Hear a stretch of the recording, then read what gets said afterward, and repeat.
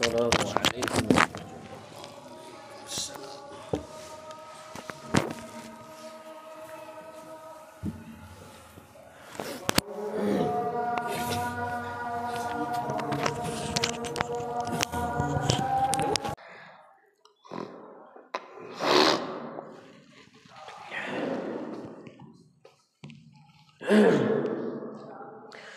الحمد لله رب العالمين والصلاة والسلام على رسوله الكريم وعلى آله وأصحابه أجمعين أما بعد قال الله تعالى في كلامه المجيد والفرقان الحميد أعوذ بالله السميع العليم من الشيطان الرجيم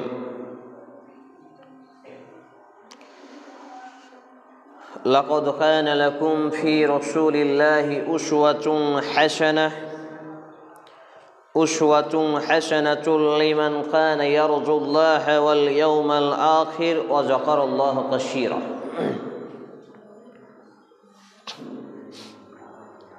الكما ابن وقاص رحمه الله يقول سمعت عمر بن الخطاب رضي الله تعالى عنه على المنبر قال سمعت رسول الله صلى الله عليه وسلم إنما العمل بالنية رواه البخاري بسند صحيح رب اشرح لي صدري ويسر لي أمري واحلل عقدة من لساني يفقهوا قولي ربي أشر ولا تؤشر وتمم بالخير ربي زدني علما সমস্ত প্রশংসা গুণগান গুণকীর্তন হামদ শানা একমাত্র রব্বে কারীমের জন্য, যিনি এক ও একক ওয়াহদাহু লা শারীকা খালিক এবং মালিক। যেই আল্লাহ রাব্বুল আলামিনের প্রশংসার ধারা শেষ করা অসম্ভব, তাই তারই শেখানো ভাষায় ছোট্ট একটি ভাষা আন্তরিকতার সাথে একযোগে একই সঙ্গে উচ্চ স্বরে আসুন বলে ফেলি। আমরা বলি আলহামদুলিল্লাহ। অতঃপর অসংখ্য দরুদ ও সালাম শান্তির ধারা বিবর্ষিত হোক আখির নবী নবী রাহমাতুল লিল আলামিন মা আমিনার লাল মরুর জুলাই সর্বকালের শ্রেষ্ঠ মহামানবের প্রতি, যিনি ইমামুল আম্বিয়া, সমস্ত নবী এবং রাসূলদের নেতা বা সর্দার ছিলেন এবং কিয়ামতের মাঠে হবেন।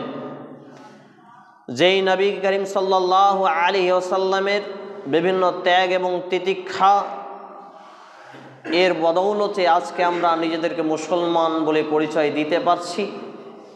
মসজিদে আসার সৌভাগ্য আমাদের হয়েছে। আমাদের নাম আব্দুল্লাহ, আব্দুর রহমান, আরও কিছু হয়েছে। সেই সূত্রে আমরা তার প্রতি দরুদ পাঠরত। আমরা বলি আল্লাহুম্মা সাল্লি আলাইহি আল্লাহুম্মা বারিক তাসলিম সাল্লাল্লাহু তাআলা আলাইহি ওয়াসাল্লাম। আরও অসংখ্য দয়া ও রহমতের ধারা বর্ষিত হোক সেই নবী করিম সাল্লাল্লাহু আলাইহি ওয়াসাল্লামের সমস্ত সঙ্গী সাথীদের প্রতি, যারা বিবাহিত স্ত্রী প্রথম রাত অর্থাৎ বাসর রাতকে ত্যাগ করে নিজে শাহাদাতের পিয়ালাকে পাঠ করেছেন, অর্থাৎ শহীদ হয়ে গেছেন, জীবন ছেড়ে মৃত্যুকে বেছে নিয়েছেন। শুধু আমাদের পর্যন্ত, কিয়ামত পর্যন্ত ইসলাম যাতে বেঁচে থাকে এজন্যই আমরা তাদের জন্য দোয়া করত। আমরা এটুকুই বলি রাদিয়াল্লাহু তাআলা আনহুম আজমাইন। আল্লাহ তাআলা তাদের প্রতি রাজি এবং সন্তুষ্ট থাকুন, আমিন। আরও দয়া ও রহমত ও হেদায়েতের ধারা বর্ষিত হতে থাকুক আমি সহ উপস্থিত এই জুমার মসজিদের সকল ভাই বন্ধুগণ, বাবা জীবনদের উপরে। আমরা বলি আল্লাহুম্মা আমিন। আনা তালিবু ইলম, আমি একজন ইসলামের ছাত্র হিসাবে আজকের জুমার খুতবার আলোচনা বিষয় হলো রমাজানের প্রস্তুতি নিয়ে অজ্ঞাত মুসলিম।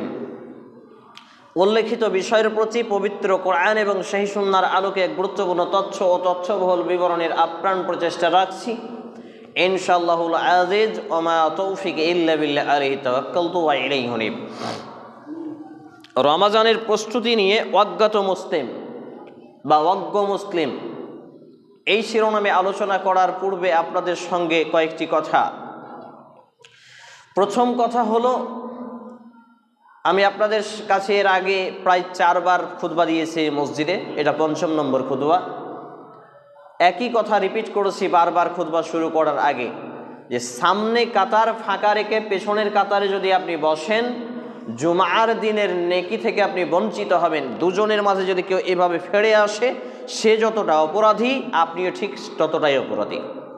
আর বসার নিয়মটা বলে দিই আপনাদের, বুঝতে সুবিধা হবে জুমার দিনে বসার নিয়ম।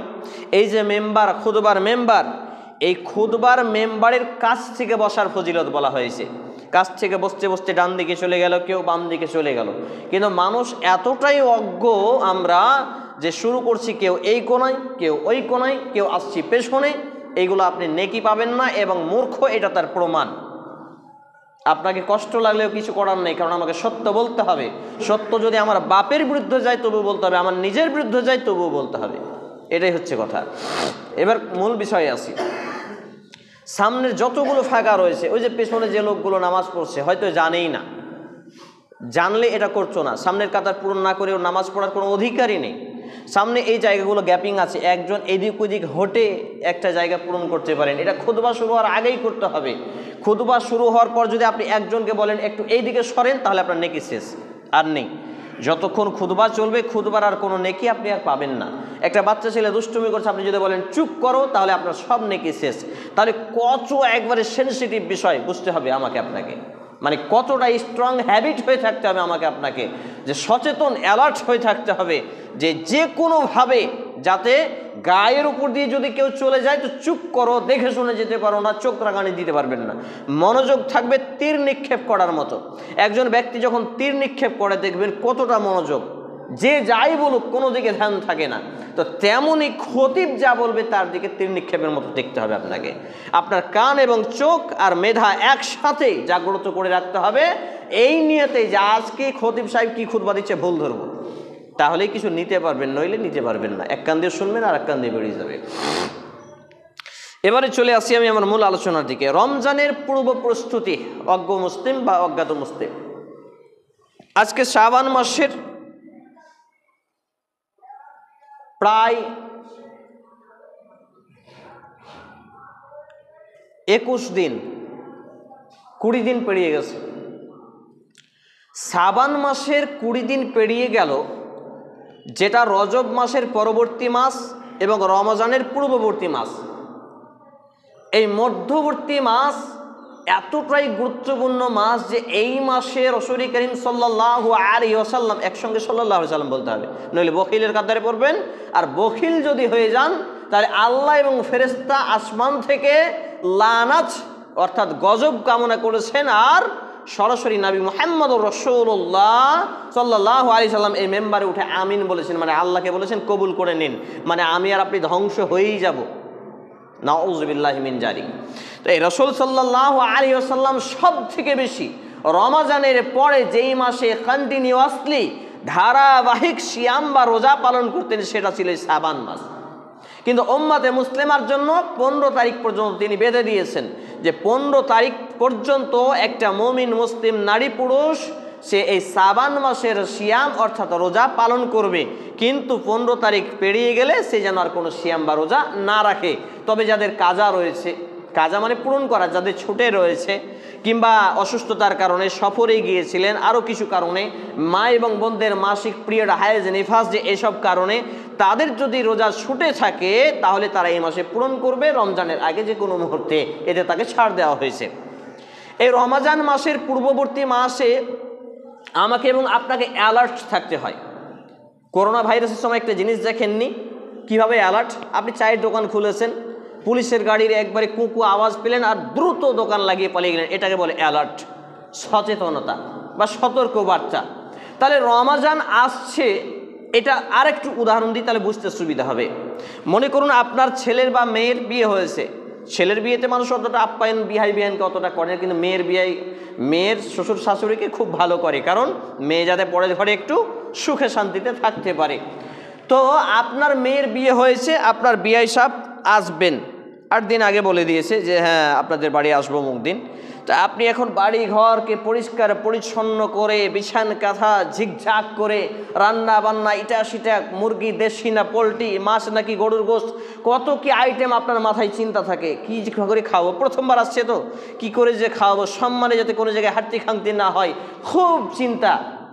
এইটা হচ্ছে অ্যালার্ট সচেতনতা। মানে এইরকম প্রস্তুতি নিচ্ছেন আপনি ব্যয়ের জন্য, কিন্তু এই রমজান মাস, যেই মাসে আমি এবং আপনি জাহান্নাম থেকে বেঁচে জান্নাতের টিকিটটাকে হাতে নিতে পারি, আল্লাহ রাব্বুল আলামিন নারাজ হয়ে আছেন সারা বছর আমার উপরে, আল্লাহকে রাজি করাতে পারি, আমার প্রতি সন্তুষ্ট করতে পারি, আল্লাহর গজব না নিয়ে আমি আপনি আল্লাহর রহমত পেতে পারি, এই জন্য আমার এবং আপনার কতটা প্রস্তুতি গ্রহণ করা উচিত চিন্তা করুন। বোঝাতে পারছি না। সাহাবায়ে কেরাম রাদিয়াল্লাহু তাআলা আনহুম আজমাইনগণ, অর্থাৎ আল্লাহর নবী মুহাম্মদুর রাসূলুল্লাহ বলি সাল্লাল্লাহু আলাইহি ওয়াসাল্লামের সঙ্গী সাথীগণ, মনে হচ্ছে দুই একজন লোক সাল্লাল্লাহু আলাইহি সাল্লাম বলছে, তবু আওয়াজ আসে না, খেয়ে আসেনি, পেট থেকে আওয়াজটা বের হচ্ছে না। এতটা নির্বোধ হলে হয় আমরা? নবী মুহাম্মদুর রাসূলুল্লাহ সাল্লাল্লাহু আলাইহি ওয়াসাল্লামের সময়কালে যখন রমজানের আগমনের পূর্ব মুহূর্ত, তখন তারা দুনিয়াদারি কমিয়ে ফেলতেন। বেচা কিনা, লেনদেন, এই দুনিয়ার যতগুলো সম্পর্ক, এমনকি কোনো সালাফগণ এটাও লিখেছেন, কোনো উলামায়ে কেরামগণ এটাও লিখেছেন যে মানুষ স্বামী স্ত্রীর যে সহবাস আনন্দ, এই সম্পর্কটাকেও একটু কম করে দিতেন, যাতে করে তারা আল্লাহর ইবাদতে মশগুল থাকতে পারে, দুনিয়ার প্রেম মহব্বতে আচ্ছাদিত না হয়। কিন্তু আমার আর আপনার ঘরের ছেলে মেয়েরা রমজান মাসে সাহরি খেতে উঠে সে হাই হ্যালো করে দিয়ে বলে আমি নাকি প্রেম করছি, ভালোবাসা করছি, আসলে এটা টাটকা জেনা লুচ্ছামি করছে। আমি শত শত ব্যক্তিকে দেখেছি, তার বাপকে যখন জিজ্ঞেস করলাম এই সাহারি খাওয়ার পরে আপনার ছেলে কোথায় কথা বলে, তো বলছে আমার ছেলের ভালোবাসা আছে। আস্তাগফিরুল্লাহ। ভালোবাসা কাকে বলে জানেন? বিয়ে করে নিয়ে এসছেন হালালভাবে মোহর দিয়ে, সেই মেয়েকে আপনি ভালোবাসবেন, এটা ভালোবাসা? আপনার মা বুড়িয়ে গেছে, উপার্জন করতে পারে না, খেতে পারে না, তাকে খাইয়ে দিচ্ছেন, সেবা যত্ন করছেন, এটা ভালোবাসা? আপনার মসজিদে একটা আলেম এসেছে, তার খাতির সম্মান করছেন, তাকে মূল্যায়ন করছেন, এটা ভালোবাসা? আপনার মসজিদে ইমাম নির্বাচন হয়ে আছে, তার সার্বিক কল্যাণ কামনায় আপনি নিয়োজিত আছেন, এটা ভালোবাসা? কিন্তু যেটাকে লুচ্চাপনা সেটাকে আপনি ভালোবাসা বলছেন কেন? আপনি পাপ করছেন, ভালোবাসা বলেই পাপ করছেন। নাউযুবিল্লাহি মিন যালিক। আরেকটি ভয়ঙ্কর কর্মকাণ্ড, ভয়ঙ্কর কথা, এই রমজান মাসে মানুষ দিনের বেলাতে দেখবেন বিড়ি খায় না, দিনের বেলায় বিড়ি খায় না, আর ইফতার যেমনই হলো তেমন নাকি আর ওর পায়খানা হবে না, পায়খানায় বসে হলেও বিড়ি খাওয়া লাগে। আস্তাগফিরুল্লাহাল আযীম, লা হাওলা ওয়ালা কুওয়াতা ইল্লা বিল্লাহ। এটা অজ্ঞাত মুসলিম ছাড়া অন্যদের কর্মকাণ্ড হতে পারে না। শুনে রাখুন, যেটা হারাম সেটা দিনেও হারাম, রাতেও হারাম, প্রকাশ্যে হারাম, গোপনে হারাম। আর যেটা হালাল সেটা প্রকাশ্যে হালাল, দিনে রাতে সব সময় হচ্ছে হালাল।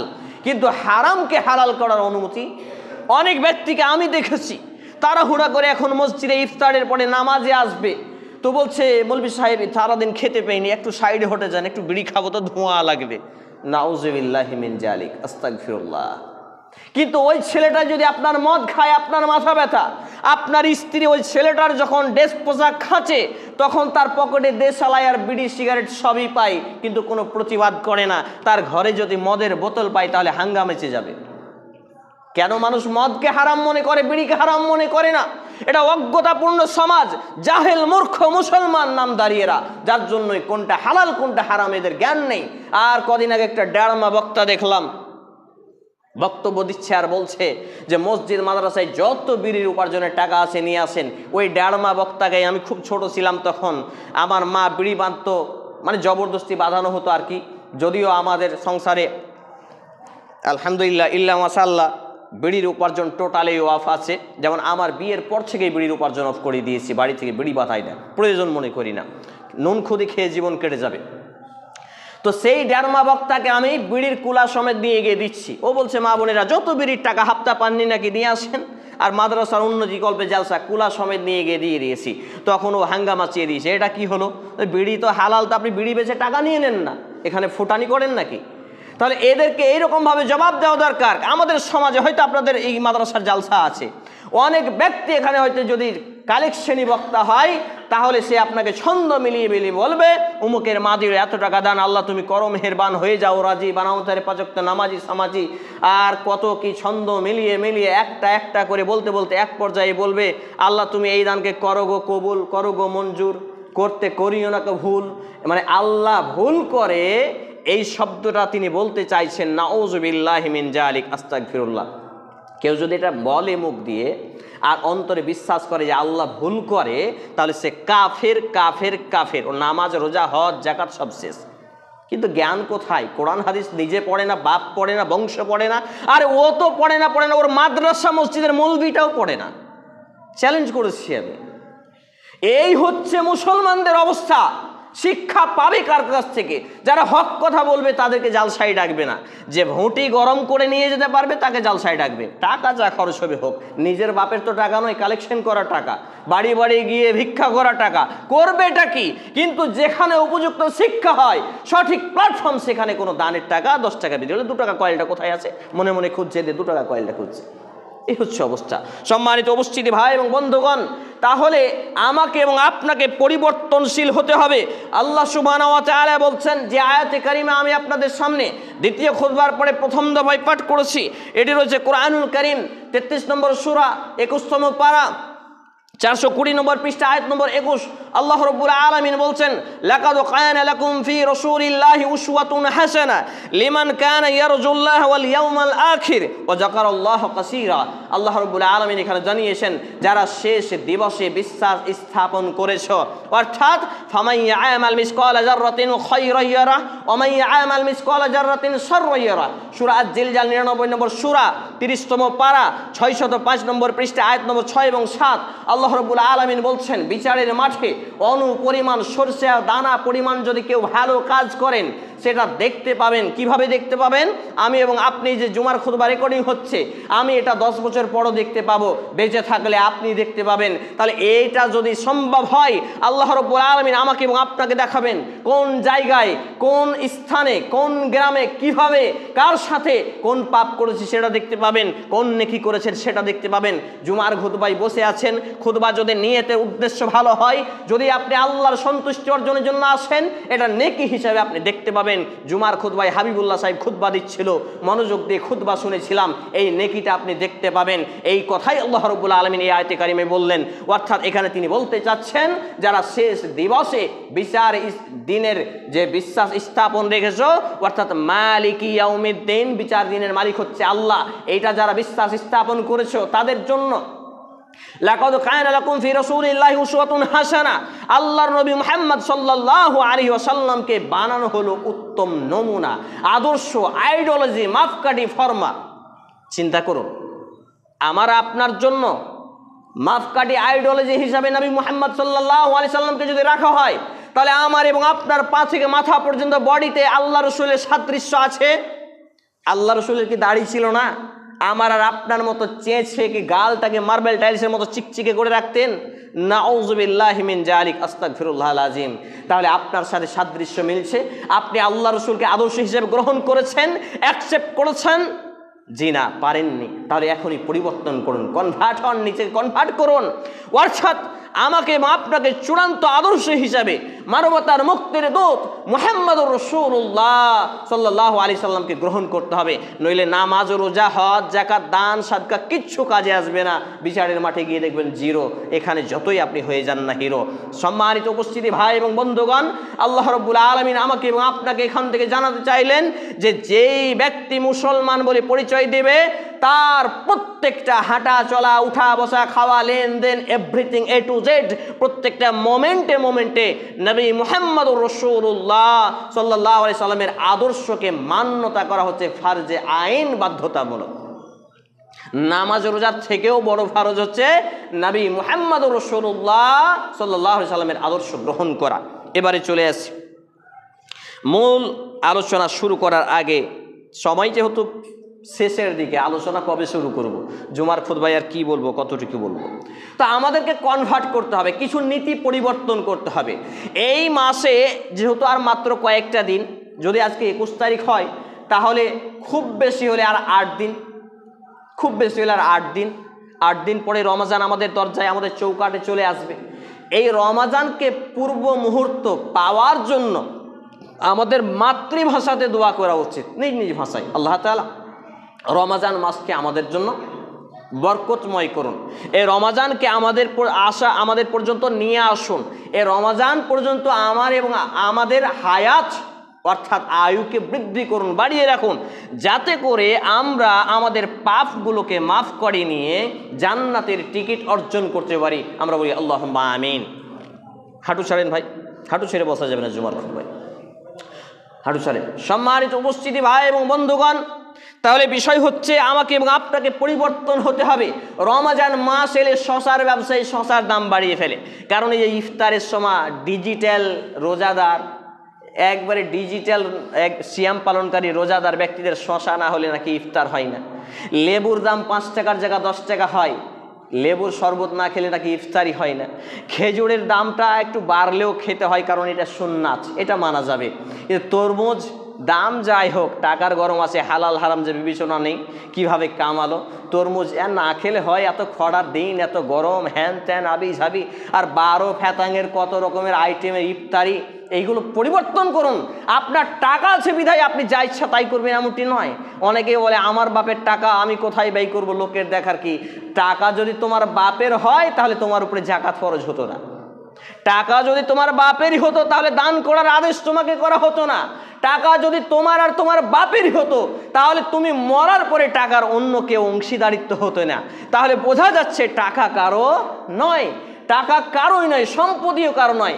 এর একটা কি আছে, এর একটা পরিবর্তন রয়েছে, একটার পর একটা এর ওয়ারিস পাল্টাবে। আপনি মরলে আপনার ছেলে, আপনার ছেলে মরলে তার ছেলে, এই করতে করতে আজ থেকে 10 পিঢ়ি আগে আমার নানার নানাকে আমি চিনি, আপনি আপনার নানার নানাকে চিনেন, তাহলে এইভাবে সম্পত্তি কোথায় যাচ্ছে, নিঃশেষ হয়ে যাচ্ছে। অতএব টাকা আজকে আপনার আছে বিধায় আপনি যা ইচ্ছা তাই করবেন না, উপযুক্ত জায়গায় ব্যয় করুন এবং খরচ করুন। এবারে চলে আসি কি করা দরকার, আমাকে এবং আপনাকে কিছু নীতি পরিবর্তন করা দরকার। ব্যবসা বাণিজ্য একটু কমিয়ে দেওয়া দরকার, কোরআন তেলাওয়াত বেশি বেশি করা দরকার, তাসবিহ তাহলিল জিকির আজকার করা দরকার। এই মাসে বেশি বেশি তওবা এবং ইস্তিগফার করা দরকার। তওবা এবং ইস্তিগফারের সর্বনিম্ন কয়েকটি দোয়া আমি আপনাদের সামনে বলে দিই। একটা হচ্ছে সবথেকে ছোট দোয়া হচ্ছে আস্তাগফিরুল্লাহ। কি দোয়া? আস্তাগফিরুল্লাহ, মুখস্থ করে নিন। একবার যদি আপনি আস্তাগফিরুল্লাহ বলেন, আল্লাহ তাআলা আপনার প্রতি সন্তুষ্ট হয়ে যান এবং গুনাহকে ক্ষমা করেন, সাগীরা গুনাহ বলি সুবহানাল্লাহ। এই আস্তাগফিরুল্লাহ দোয়াটা মাসুম নবী, নিষ্পাপ নবী মুহাম্মদুর রাসূলুল্লাহ সাল্লাল্লাহু আলাইহি সাল্লাম দিনে 100 বারেরও বেশি পড়তেন, যার আগে পাশে গুনাহ ছিল না। আমি আপনি চলতে বলতে উঠতে বসতে সব সময় গুনাহ করি, তারপরেও দিনে রাতে কবার হয়? হয় না, সময় জুটে না, ব্যস্ত। পরিবর্তন করুন। নাম্বার 2, আস্তাগফিরুল্লাহি ওয়া আতুবু ইলাইহি, আস্তাগফিরুল্লাহি ওয়া আতুবু ইলাইহি। নাম্বার 3, আস্তাগফিরুল্লাহাল্লাযী লা ইলাহা ইল্লা হুয়াল হাইয়ুল কাইয়্যুম ওয়া আতুবু ইলাইহি। এটা হচ্ছে তওবা ইস্তিগফারের সবথেকে সুন্দর দোয়া। এই দোয়া যদি আপনি নিয়মিত করেন, আপনার যদি কাবীরা গুনাহ হয়, শিরক হয়, আর অন্যান্য গুনাহও হয়ে যায়, তাহলে আল্লাহ রাব্বুল আলামিন এই দোয়াটা করার বদৌলতে আপনার পাপগুলোকে মাফ করে দেবে, বলি সুবহানাল্লাহ। আর সর্ববৃহৎ এবং সবথেকে সুন্দর যে দোয়া সেটা হচ্ছে আল্লাহুম্মা আনতা রাব্বি লা ইলাহা ইল্লা আনতা খলাকতানি দিয়ে যে সাইয়্যিদুল ইস্তিগফার। এটা হচ্ছে তওবা এবং ইস্তিগফারের সর্বোত্তম দোয়া, যেটা যদি সকালবেলা ফজরের পরে পড়েন আর এইদিকে সন্ধ্যাবেলা মাগরিবের আশেপাশে পড়েন, তাহলে ওই দিনে ওই রাতে যদি মৃত্যুবরণ করেন মাগরিবের পর থেকে ফজরের আগে পর্যন্ত আপনি বিনা হিসাবে জান্নাতে যাবেন, বলি সুবহানাল্লাহ। ফজরের পরে যদি পড়েন আর মাগরিবের আগে পর্যন্ত যদি মৃত্যুবরণ করেন ওই দিনে, তাহলে বিনা হিসাবে কবরে কোনো প্রশ্নই হবে না, আপনাকে জান্নাতে ঢুকিয়ে দেবে, বলি সুবহানাল্লাহ। তবে শর্ত হচ্ছে নাম্বার 1, তাওহীদবাদী হওয়া। তাওহীদ কি বুঝে না। আমি শত শত ইমামদেরকে জিজ্ঞেস করেছি, তাওহীদের জ্ঞান নেই, লা হাওলা ওয়ালা কুওয়াতা ইল্লা বিল্লাহ। নাম্বার 2, দৈনিক 5 ওয়াক্ত নামাজি হওয়া। তাওহীদ আর নামাজ ছাড়া কোনো ব্যক্তি এই দোয়া সারা দিন যদি পড়ে তবু সে জান্নাতে কেন জান্নাতের গন্ধ পাবে না, বলি নাউযুবিল্লাহি মিন জালিক। তাহলে আমাকে এবং আপনাকে পরিবর্তন হতে হবে, কারণ আল্লাহ রাব্বুল আলামিন আমাকে এবং আপনাকে পরিবর্তন হতে বলেছেন। আল্লাহ তাআলা বলছেন ক্বাদ আফলাহা মান তাযাক্কা। আল্লাহ রাব্বুল আলামিন কি বলছেন? ক্বাদ আফলাহা মান তাযাক্কা। আল্লাহ রাব্বুল আলামিন এখানে জানালেন নিশ্চয় সাফল্য লাভ করবে সে যে শুদ্ধ হয়ে যায়, নিজেকে সংশোধন করে নেয়। সূরা আল আলা 87 নম্বর সূরা 30তম পারা 597 নম্বর পৃষ্ঠা আয়াত নম্বর 14। তাহলে আল্লাহ রাব্বুল আলামিন শুদ্ধ হতে বললেন। আমরা শুদ্ধ বুঝি, সহি বুঝি, সঠিক বুঝি, রাইট বুঝি, সবই বুঝি, কিন্তু নিজেকে শুধরানো বুঝি না। এটা হতভাগ্যের কারণ। আল্লাহ তাআলা আরেকটু সুন্দর করে বলেছেন ক্বাদ আফলাহা মান তাযাক্কা। ক্বাদ আফলাহা মান তাযাক্কা বলার পরে তার আগে আল্লাহ রাব্বুল আলামিন জানিয়েছেন ক্বাদ আফলাহাল মুমিনুন, মুমিনরা সফল হয়ে গেছে। সূরা আল মুমিনুন 23 নম্বর সূরা, এটি 18তম পারা 342 নম্বর পৃষ্ঠা আয়াত নম্বর 1। আল্লাহ রাব্বুল আলামিন এখানে জানিয়েছেন মুমিনরা সফল। মুমিন কারা? সূরা মুমিনের এই রেফারেন্সের আয়াতগুলো 1 থেকে 5, 7, 8, 9, 10টি আয়াত পড়ুন, আপনি উপলব্ধি করতে পারবেন যে আপনি এখনো মুমিন হতেই পারেননি, সফল হবেন কি করে। নাউযুবিল্লাহি মিন জালিক। তারপর আল্লাহ রাব্বুল আলামিন অন্যত্রে আরো এক ধাপ বেড়ে গিয়ে বলছেন ক্বাদ আফলাহা মান যাক্কাহা। অর্থাৎ যেই ব্যক্তি নিজেকে পরিবর্তন করেছে, সংশোধন করেছে, তার জন্য রয়েছে সুসংবাদ। সুসংবাদটা কি? সে ব্যক্তি জান্নাতে যাবে, আর জান্নাতের তলদেশ দিয়ে প্রবাহিত হয়েছে নদী নালা, ঝর্ণা প্রবাহিত রয়েছে, যেই ঝর্ণার এক একটা হবে মধুর শরবতের। বারবার ঘড়ির দিকে দেখিয়ে না, লাভ হবে না, কারণ ঘড়ি দেখেই খুতবা শেষ করতে হবে, এই নীতি আমি মানি না।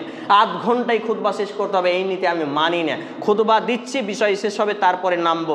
আপনার যা বলার বলবেন, দলিল থাকলে দিবেন। কোনো মায়ের বেটা, বাপের বেটা, কোনো আলেম পর্যন্ত এখন দলিল দিতে পারেনি যে আধ ঘন্টায় খুতবা শেষ করতে হবে। 414টা মসজিদে হলো খুতবা। সম্মানিত উপস্থিতি ভাই এবং বন্ধুগণ, তাহলে আল্লাহ রাব্বুল আলামিন আরেকটু কথা বললেন যে যেই ব্যক্তি নিজেকে পরিবর্তন করে, নিজেকে কনভার্ট করতে পারে, খারাপ থেকে ভালো করতে পারে, সেই ব্যক্তি হলো সফল। আরেকটু বেড়ে গিয়ে তিনি বলছেন ওয়াকাদ খাবা মান দাসাহা। কিন্তু যে ব্যক্তি নিজেকে কুলুষিত করলো, রমজান কি, সাবান কি, আর কিছু কি, যেমন ছিলাম তেমনই থাকবো, লোকের বাপের কি, এই ব্যক্তি হচ্ছে ব্যর্থ এবং এ ধ্বংসশীল, এর জন্য অপেক্ষা করছে জাহান্নাম। সূরা আস-শামস 91 নম্বর সূরা 30তম পারা আর 601 নম্বর পৃষ্ঠা আয়াত নম্বর 9 এবং 10। এখানে আল্লাহ রাব্বুল আলামিন সুন্দরভাবে আমাকে এবং আপনাকে পরিবর্তন হওয়ার জন্য তাগিদ করেছেন, সুন্দরভাবে জীবনকে রচনা করার জন্য তাগিদ করেছেন, আমাকে এবং আপনাকে দিনের পথে ফিরে আসার জন্য উৎসাহ প্রদান করেছেন। সেই সূত্রে আমাকে এবং আপনাকে সেটাই করতে হবে। এবং আরেকটি গুরুত্বপূর্ণ কথা হচ্ছে, একজন সালাফ ওলামা ইকরাম, আজ থেকে বেশ কয়েকশো বছর আগের, যিনি বলেছেন যে ব্যক্তি রমজানের পূর্বেই, রমজান মাসে তো মানুষ স্বাভাবিকভাবেই ভালো হয়ে যায়, ফেরেশতা হয়ে যায়, প্রথম তারাবিতে দোতলা পর্যন্ত ভরে যায়, ভরে না আপনাদের এলাকায়? ভরে। তা আমাদের এলাকাগুলো তো খুব দিয়ে, যখন 10 রমজান হয়ে গেল তখন আমাকে পোস্ট দিতে হয়, লিখতে হয়, মসজিদে মসজিদে বলতে হয় যে এতগুলো মুসল্লি ছিল, হারিয়ে গেছে, কোনো জায়গায় হারিকেন জ্বালিয়ে খুঁজে পাওয়া যায় না, কোথাও খুঁজে পেলে পাঠিয়ে দিন। কি অবস্থা! প্রথম 10 দিন খুবই একবারে হাইমুই ইফতার করে এসে ইমাম সাহেব পড়ান নামাজ পড়ান, এত তাড়াতাড়ি জায়গা পাওয়া যাবে না, আর ফ্যান এটা চলবে কি ওটা চলবে, ওটা চলবে কি ওটা চলবে, গরমে ফ্যানের তলে জায়গা দখল, কত রকমের যে সমস্যায় পড়তে হয় এই ডিজিটাল নামাজিদের জন্য। এই 11 মাস তো পাওয়াই যায় না, 15 রোজার পরে হারিকেন জ্বালিয়েও খুঁজে পাওয়া যায় না লোকগুলোকে, কোথায় যে লুকিয়ে যায়। আল্লাহু আকবার, হাদাহুমুল্লাহ, আল্লাহ তাআলা হেদায়েত দান করুন।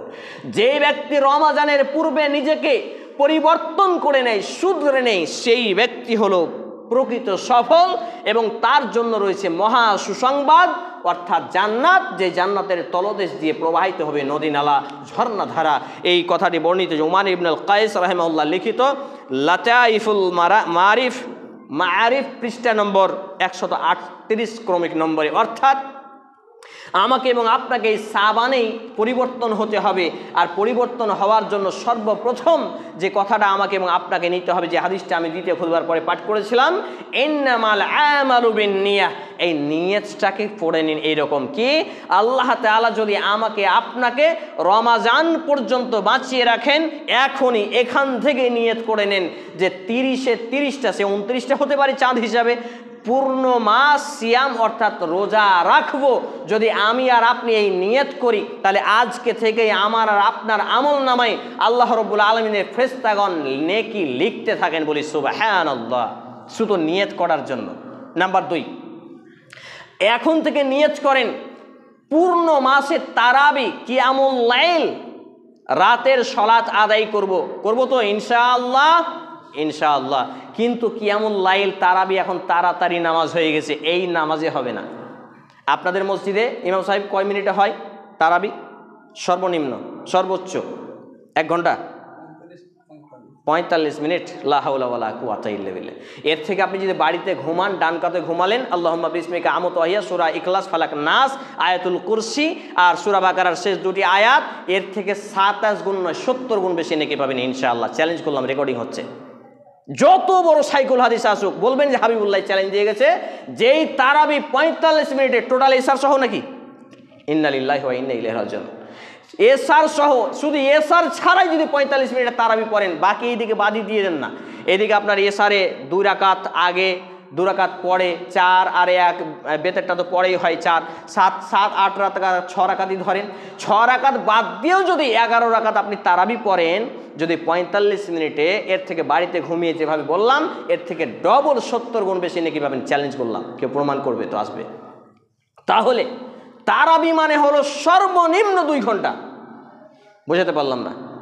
মৌলভী সাহেব আমাদের ধৈর্য কম, কিচ্ছু করার নেই, তারাবি বাধ্যতামূলক নয়।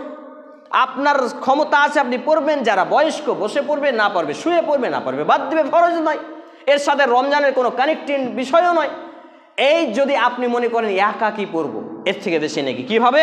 আপনি কিচ্ছু জানেন না, সূরা ফাতিহা মুখস্থ করেছেন, সূরা ইখলাস দাঁড়ান, আল্লাহু আকবার বলে সূরা ফাতিহা বললেন, দোয়ায় সানা পড়ার পরে সূরা ফাতিহা বললেন, সূরা ইখলাস, কুল হুয়াল্লাহু আহাদটা আপনি 100 বার বললেন। আপনি এইভাবে যদি 2 রাকাত নামাজ পড়েন, আর যতগুলো মসজিদে 1 ঘন্টা 1.5 ঘন্টায় পুরো নামাজে তারাবি হয়, এর থেকে 70 গুণ বেশি নাকি পাবেন। চ্যালেঞ্জ করলাম, কেউ পারলে খণ্ডন করে দিয়ে যাবে দলিল দিয়ে।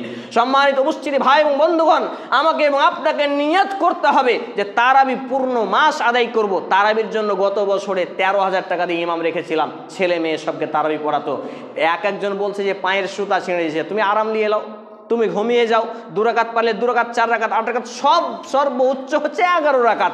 কিন্তু আপনি 11 রাকাতই জুটাবেন এই টাইমে, এটা কোথায় বিধান পেলেন? আরেকটা কথা, ইফতারি বেশি বেশি করাবো, এই নিয়ত করতেন। মানুষকে ইফতারি বেশি বেশি করাবো, দান সাদাকা বেশি বেশি করব, রমজান মাসে তওবা ইস্তিগফার করব।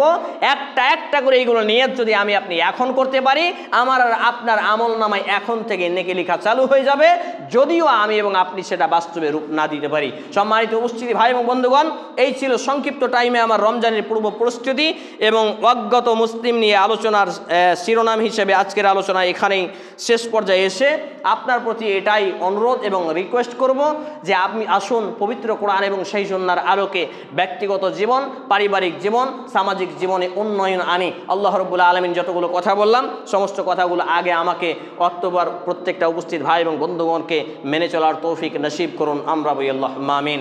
হে আল্লাহ রাব্বুল আলামিন, আমরা যারা অসুস্থ আমাদেরকে পূর্ণাঙ্গ সেফায়ে কামিলা আজিলা দিন, আমরা বলি আল্লাহুম্মা আমিন। হে আল্লাহ রাব্বুল আলামিন, আমরা যারা অভাবী আমাদেরকে অভাবমুক্ত জীবিকা দিয়ে হালাল রুজি রোজগারে বরকত নসিব করুন, আমরা বলি আল্লাহুম্মা আমিন। হে আল্লাহ রাব্বুল আলামিন, আমাদের যারা মুসলমান হয়ে মৃত্যুবরণ করেছে, বিশেষ করে আমার মা এবং নানানি, উপস্থিত ভাই এবং বন্ধুগণদের আত্মীয় স্বজন কেউ বা কেউ যে বা যারাই মুসলমান হয়ে মৃত্যুবরণ করেছে, আল্লাহ আপনি তাদের জীবনের ভুল ত্রুটি ক্ষমা করুন, তাদের কবরে শান্তির বিছানা বিছিয়ে দিন, তাদেরকে জান্নাতুল ফেরদাউস নসিব করুন, আমরা বলি আল্লাহুম্মা আমিন। শেষে একটি কথা ছুটে গেছে বলবো বলে, যে কোনো ব্যক্তি যদি সেলুনকে নাপিতকে ঘর ভাড়া দেন, খুব মনোযোগ সহ শুনবেন, নাপিতকে ঘর ভাড়া দিয়েছেন, আর নাপিত যদি দাড়ি কাটে আর আপনি ঘরের যে ভাড়াটা নিচ্ছেন, এই ভাড়াটা টাটকা হারাম, একেবারে হারাম, চূড়ান্ত হারাম।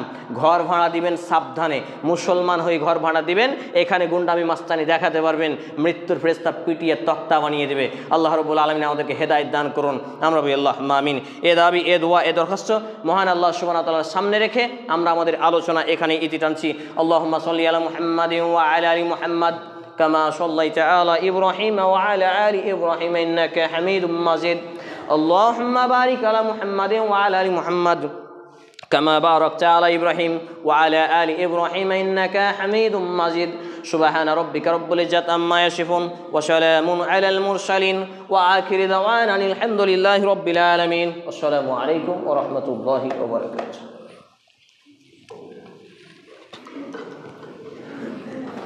স্ট্যান্ডটা ছেড়ে দিয়ে দেন তো একজন।